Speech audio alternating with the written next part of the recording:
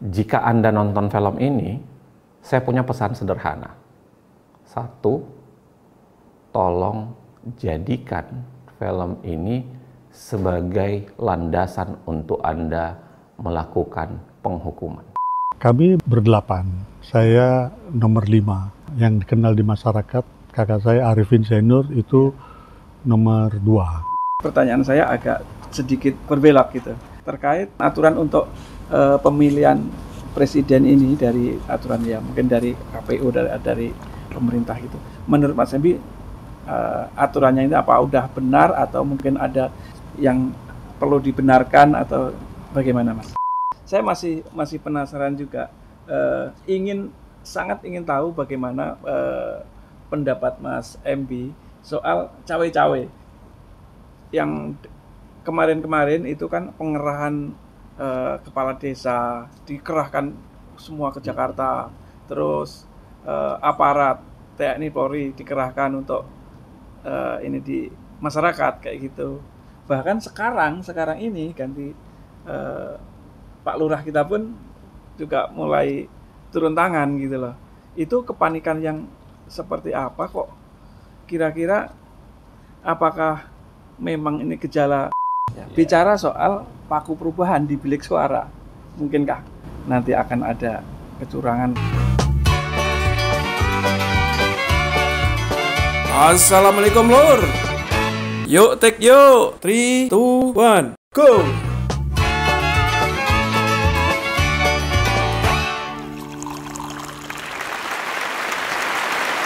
Assalamualaikum warahmatullahi wabarakatuh. Waalaikumsalam warahmatullahi wabarakatuh. Jumpa lagi bersama Komentar Mas John, sebuah komentar ringan dalam bicara suka-suka, suka-suka bicara. Komentar Mas John kali ini hadir di rumah seorang legend budayawan. Kita sambut Mas Embi Zainur. Apa kabar, Mas? Alhamdulillah baik. Terima kasih atas waktunya untuk ngobrol-ngobrol kita ya, Mas ya. Ya, siap. Iya, Mas Embi ingin tahu siapa sih Mas Embi Zainur itu? Mungkin bisa diceritakan biar sahabat Komentar Mas John lebih mengenal. Terima kasih buat para penonton dari channel Komentar Mas John ini. Pertama-tama saya mengucapkan rasa senang karena bisa hadir di podcastnya Mas John ini. Terkait dengan perkenalan, ya saya gampangnya saya ini seniman, seorang praktisi. Saat ini saya adalah ketua dari Lembaga Sertifikasi Profesi LSP Kreator Film dan Televisi. Itulah kegiatan saya. Jadi saya lahir di Cirebon dan pernah juga masa remaja di Solo, kemudian akhirnya terdampar di Jakarta sebagai seorang seniman sampai hari ini. Dan kegiatan saya saat ini di samping kegiatan di Lembaga Sertifikasi Profesi Film dan Televisi juga bersama-sama dengan teman-teman aktif di Komunikasi Karawitan Indonesia, yaitu suatu komunitas yang sedang merancang bagaimana membuat semacam rumah besar untuk para pelaku musik tradisi di Indonesia. Kira-kira itulah gambaran saya yang perlu diketahui oleh para pemirsa saat ini. Ya, kira-kira itu. Ya. Bicara soal 2024. Siap. Iya, Mas Embi, bagaimana sikap Mas Embi sebagai budayawan, seniman terkait soal 2024? Kalau saya melihat dari diskusi-diskusi lewat media sosial, lewat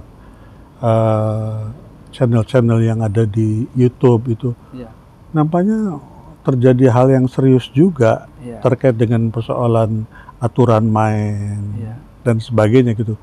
Banyaknya pelanggaran dan saya pikir masyarakat sudah sangat paham bahwa ada satu upaya untuk melakukan pelanggaran aturan hukum dari pemilihan presiden, wakil presiden ini yang disebabkan oleh attitude tadi, yaitu merasa bahwa apa yang saya inginkan harus saya dapat, sekalipun itu bertentangan dengan aturan-aturan hukum ataupun kaidah-kaidah kemanusiaan yang adil dan beradab, kira-kira seperti itu. Itu ada indikasi ke sana kalau saya lihat dari diskusi para pakar, pakar politik, pakar tata negara, pakar hukum tata negara, itu kelihatannya sangat gamblang itu. Saya masih penasaran juga, sangat ingin tahu bagaimana pendapat Mas MB soal cawe-cawe yang kemarin-kemarin itu kan pengerahan kepala desa, dikerahkan semua ke Jakarta, terus aparat TNI Polri dikerahkan untuk ini di masyarakat kayak gitu. Bahkan sekarang ini ganti Pak Lurah kita pun juga mulai turun tangan gitu loh. Itu kepanikan yang seperti apa kok? Kira-kira apakah memang ini gejala Pak Anies memang benar-benar pertimbangkan gitu? Saya setuju kalau itu disebut kepanikan. Karena situasinya sekarang yang namanya gelombang perubahan itu sudah meresap di hati sanubari masyarakat. Sehingga ketika dia sudah meresap di hati sanubari masyarakat, bagaimana cara membendungnya? Sehingga ketika mengerahkan berbagai macam perangkat-perangkat yang sebetulnya tidak dibenarkan oleh hukum, itu tidak memiliki efektivitas apa-apa. Karena perubahan itu sudah ada di sanubari masyarakat, seolah oleh rakyat sudah disimpan di dalam hatinya, nanti akan ditusukkan di ruang bilik pemilihannya dalam tempo 3 menit, dan itu tidak ada yang bisa melakukan intervensi. Selebihnya kita harus menjaga agar yang sudah disampaikan pendapatnya itu terkawal, tidak terdistorsi sampai terhitung secara nasional. Itu yang katakanlah yang tugas berikutnya itu. Kalau di bilik suara, insya Allah paku-paku perubahan sudah tertanam di hati. Terlepas dari itu semuanya, yang jelas kalau harapan kita, tapi kita lihat dari perjalanan saat ini, satu contoh untuk promosi soal Videotron di take down, terus izin kampanye di suatu daerah tiba-tiba dibatalkan. Kalau seperti itu gimana Mas MB menyikapinya? Ya, kalau dari segi gerakan Pak Anies bersama seluruh masyarakat terkait dengan mewujudkan perubahan Indonesia untuk lebih baik, apa yang dilakukan oleh pihak-pihak yang tidak bertanggung jawab itu justru mempertegas bahwa apa yang dilakukan oleh Pak Anies itu memang sesuatu yang harus diwujudkan. Karena nampak sekali apa yang dilakukan oleh Pak Anies itu bukan sesuatu yang melanggar hukum. Misalnya selama dia melakukan sosialisasi sebagai calon presiden, apakah dia pernah melakukan hal yang katakanlah melanggar aturan main? Tidak. Tetapi justru yang terjadi adalah bagaimana dia mendapatkan kesulitan-kesulitan.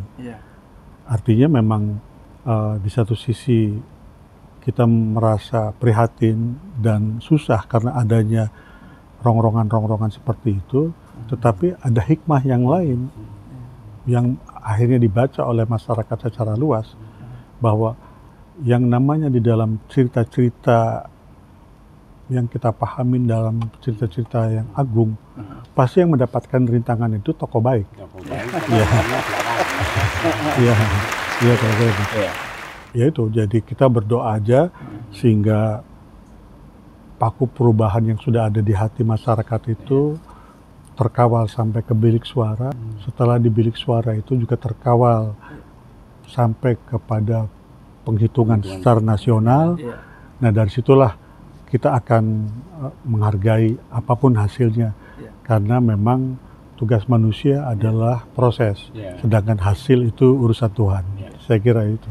Bicara soal paku perubahan di bilik suara, mungkinkah nanti akan ada kecurangan atau gimana itu? Tidak mungkin, karena di bilik suara itu tidak ada orang kecuali si pemilih sendirian gitu. Tetapi jumlah dan distribusi ataupun pengumpulan itu memang terbuka. Karena itu diharapkan masyarakat secara bersama-sama mengawal. Dan apalagi sebetulnya masyarakat sekarang sudah sangat modern, bisa mengawal dengan memberikan informasi sedini mungkin dengan menggunakan peralatan telepon genggamnya untuk mengirimkan data-data dari setiap fase sampai ke fase terakhir, seperti itu. Dan ini sudah disosialisasikan dan masyarakat sudah sangat paham. Mudah-mudahan apa yang dilakukan oleh masyarakat ini bisa menjadi bagian dari sumbangan, katakanlah Pak Anies dan kawan-kawan dalam membangun pendidikan politik di Indonesia. Ya, closing statement.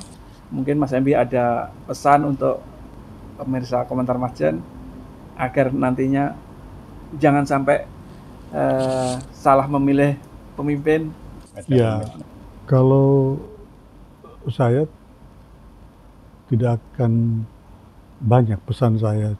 Pesan saya kepada saudara-saudara saya di seluruh Indonesia, tetaplah mendengarkan suara hati nurani, karena hanya suara hati nurani kita yang bisa membedakan mana yang baik dan buruk.